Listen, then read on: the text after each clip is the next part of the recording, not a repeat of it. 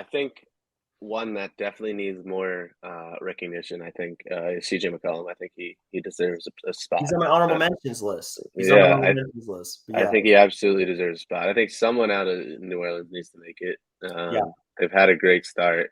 Obviously Zion's their guy, but hurt. But CJ's played a pivotal role in keeping them afloat since Zion's gotten hurt. he has. Even before Zion started playing with Zion, he's had a great, efficient, successful first start to the season. So I Mhm. think he definitely deserves a reserve spot.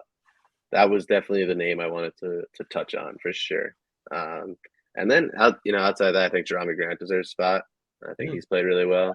I could see both Portland guys or a lot of Portland guys getting snubbed. I think they've definitely underperformed, but uh, mhm.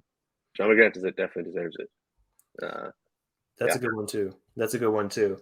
Uh, CJ McCollum. I have him in my honorable mentions. I'm not sure if he's going to make it, but I 100% agree. He's deserving of it. Numbers maintain or he's maintaining solid numbers so far. 35 minutes a game. Let's not Hmm. overlook that. I mean, he's 31. He's not a spring chicken anymore. He's starting to get there in age. 35 minutes a game. He's assuming a humongous role for this team. So just for reference, last year he spent half the year in Portland. He had 36 games in Portland, 26 in New Orleans.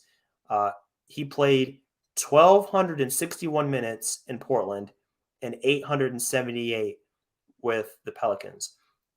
This season, he's at 1,334 minutes. That's already more minutes than he played total in Portland last season.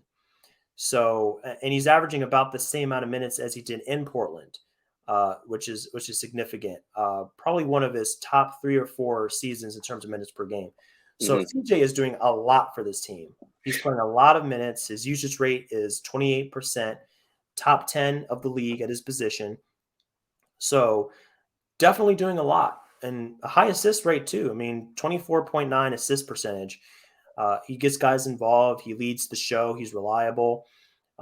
Doesn't turn the ball over a whole ton.